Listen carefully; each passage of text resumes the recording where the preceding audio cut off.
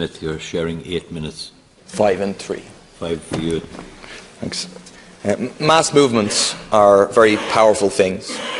You see the impact of the huge demonstrations, of the 73% non-payment reflected in the Chamber today. You see it in the hokey-cokey of Fianna Fáil, for water charges, for suspension, for abolition, for suspension again, for abolition again, but going to vote against abolition. And the bluster from Fianna Fáil today actually didn't address that basic contradiction that people will see through. You can also see it in Sinn Féin's position. 2 years ago, it wasn't a red line issue. Then it was a red line issue, but leading TDs were paying.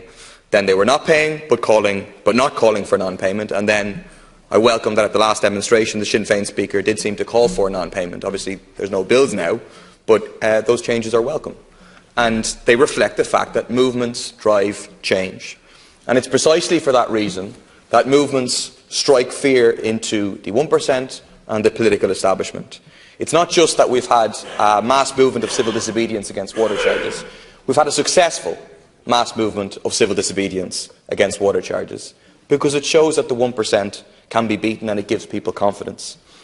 That fear is the reason for the political policing and the repression that we've seen to cut across the right of people to protest, to say to people, this far and no further. Over 200 people have been arrested for anti-water meter protests. 4 people were jailed for 3 weeks for going within 20 metres of water meter installation. A spying operation against anti-water charges activists was ran, called Operation Mizzen, led by the Garda Commissioner's husband. But right now, there is the most serious attack on the right to protest yet.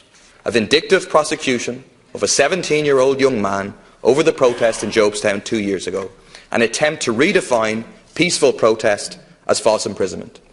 And let's be clear, there is no allegation whatsoever of violence against him. There are no public order charges levelled against him. He is only charged with false imprisonment. The allegations against him... Deputy John O'Sullivan, I asked the other members without interruption. There is a separation. This is a matter before the courts, Count Corla. I think you need to be aware I won't of that. be speaking about anything that isn't reported in the media. I will. To you. The allegations against him, as reported in the media, are the following. That he may have said into a megaphone at one stage, "Joni in your ivory tower, this is called people power." That he walked around. That he sat down and encouraged others to sit down. That he waved his arms. Deputy Murphy, would you please... I will, of course. That he filmed Joan Burton and said, "Talk to us, Joan." Please. That's it. He was protesting, not kidnapping. You are now going out of the bounds. I'm not. I'm speaking about the water charges protest. I'm saying to you now, I will ask you to resume your seat and I will call on Deputy Breach. No, I'm not going to resume my seat. What's being attempted here was described by the barrister yesterday as a recipe for totalitarianism. I am asking you to respect. I'm asking you to respect. I'm not going beyond the bounds. We're clearly talking about the water charges here. We're talking the mass movement against water charges and the vindictive prosecution of a 17-year-old young man for exercising his right to protest. This is absolutely in order. Deputy Cowan spent his time talking about the programme for government, about how they had to form a government, nothing to do with water charges. I'm going to continue to speak. I'm telling you now to resume your seat. Well, I'm calling you for the last time to resume your seat if you're not going to stick to the debate, or else I'll suspend the House. I'm going to stick to the debate here. OK, well then stick with the debate, or else I'm going to call Deputy Murphy or Deputy Smith. So, what is happening, in my opinion, as a result of the massive movement against water charges is an attempt to criminalise protest.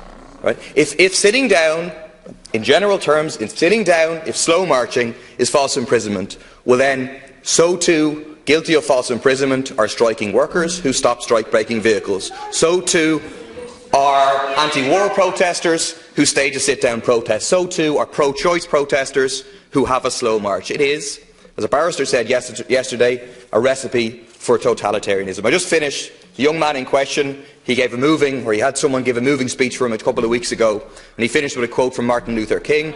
"Injustice anywhere is a threat to justice everywhere." Well, injustice against anyone is a threat to justice for everyone. People need to take a stand against it. Thank you. Deputy Murphy, I would ask you in future to respect the House. I don't think you have respected the House today, nor are showing any respect for other members. I don't intend to Deputy disrespect Smith, the House at all. Deputy Smith, you have 3 minutes. In my colleague's defence, he did not say anything that isn't in today's media, so people can read it or hear it from somebody directly involved. I'm happy with what he has said.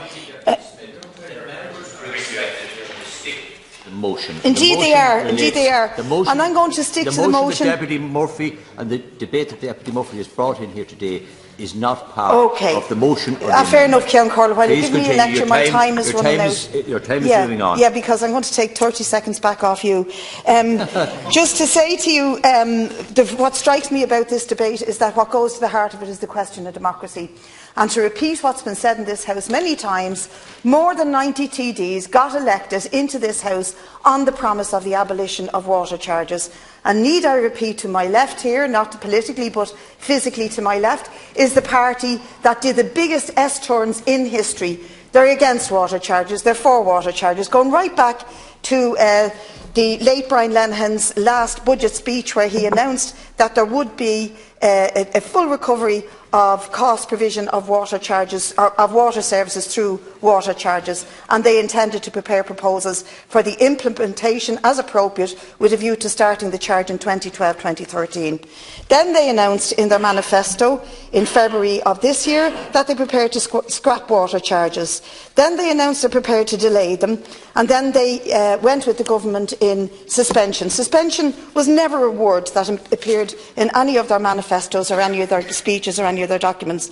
But I want to address some of my comments while I have a few minutes at the Labour Party, because we've all had our think tanks and before we return to the Dáil sessions. And the Labour Party one was the most interesting, because Councillor Rebecca Moynihan and Brendan Howlin, the leader, both admitted that they had made a mistake on water.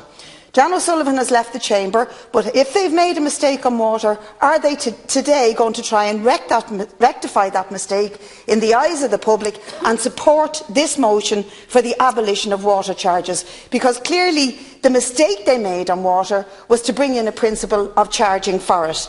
And that's why, both to my left and to my right physically, and to my left and to my right politically, there is a sham of democracy taking place. Both Fianna Fáil and Labour are dancing around this issue, and it's about time that they really lived up to what democracy entails. Otherwise, they're all doing a pat rabbit on it. That is, you promise what you want the electorate to hear, and when you get in, you reverse that promise. Pat rabbitism will go down in history for that, but what is being carried out today is Fianna Fáilism and Labourism, which is literally lying to the people and then implementing strategies, spending money on law cases and on policing in communities that is absolutely to the point of oppression, and that has to end.